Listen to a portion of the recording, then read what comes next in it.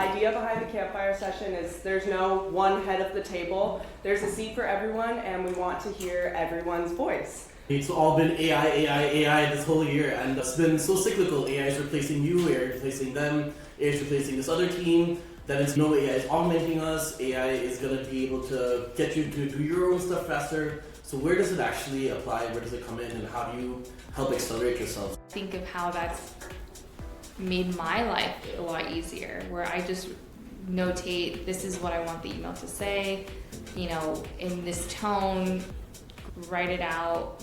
So it eases our time, and it gives back time to us, which is something that I'm very grateful for. So with all the talk about AI, that is something I will be doubling down on. When I think about advertisements that people see, I remember the Coca-Cola ad where they did that ad that was all AI and people hated it. I think that there's kind of that approach where people want to use it all the time, but then once they see it in more, I guess, creative or more inspiring content that you would want to feel uplifted.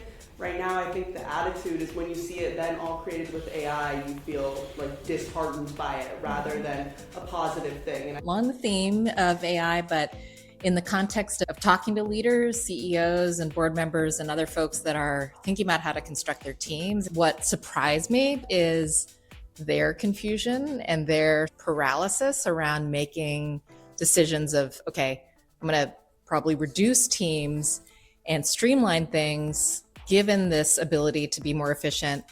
What's the right team structure going forward? Who are the right hires?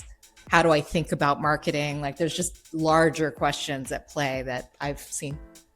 ChatGPT lies all the time. Yeah, totally. Yeah, it does. And it's been trained to give you an answer no matter what. So it ends up, no matter how much you tell it to not lie, it'll still obfuscate. Very confident. Yes, and with absolute bold statements. Yeah. This is the importance, at least today, of humans coming in and you're making sure that things are sane.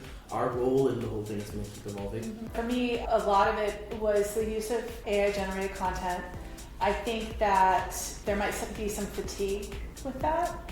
And I think 2026 is going to be a little bit more about authenticity in content marketing. A little bit of what I'm seeing is a bit leaning back into brand and narrative and storytelling. I think my sense is that for the last 10 years or 15 years or so, we've all been very much more focused on performance marketing and data and analytics, and that stuff's still important, but there's, I think, a little bit of a renewed interest in going back to those basics around who are you to your customers, what does your brand stand for, what is your narrative, and how are they connecting with you, authentically. I feel like we're leaning back into that. I absolutely agree. I do think that there was an over-indexing in performance marketing in terms of what kind of content is driving clicks. Is that even good content? It just retains people's attention for a couple seconds more. I've seen some brands that I used to be a huge fan of just go down this really weird path where none of their content really speaks to the product that they bring out. And I think that there's a huge push for authenticity, a huge push for communities. How do you be real with the people that you're meeting online? Again, people online are very cautious about brands speaking to them. So it's how do you actually enter a community and try to be a good partner, bring that authentic side, and then actually have that resonate back to your brand. So that is definitely a good shift in my opinion from what excites me as a marketer. That kind of stuff is coming back. When in doubt, go back to the customer. So yeah, really, really, really hone in on who your audience is, what your customers are, what resonates with them. Really try to be who they are, try to understand their perspectives, and that is, at least from a product marketing perspective, a very good guiding light back to both product as well as the marketing initiatives we've been involved in. Roping in the authenticity conversation, do you think that it will become to a place where maybe you write an email with AI and then they respond with AI and then you respond with AI? How does that keep us moving forward? I still really love hopping on a Zoom call at the end of the day. I think it just breaks that ice with whomever you're speaking to, and it allows you to say, hey, you know what? Do you have 15 minutes to just connect with me and I just want to just chat over video?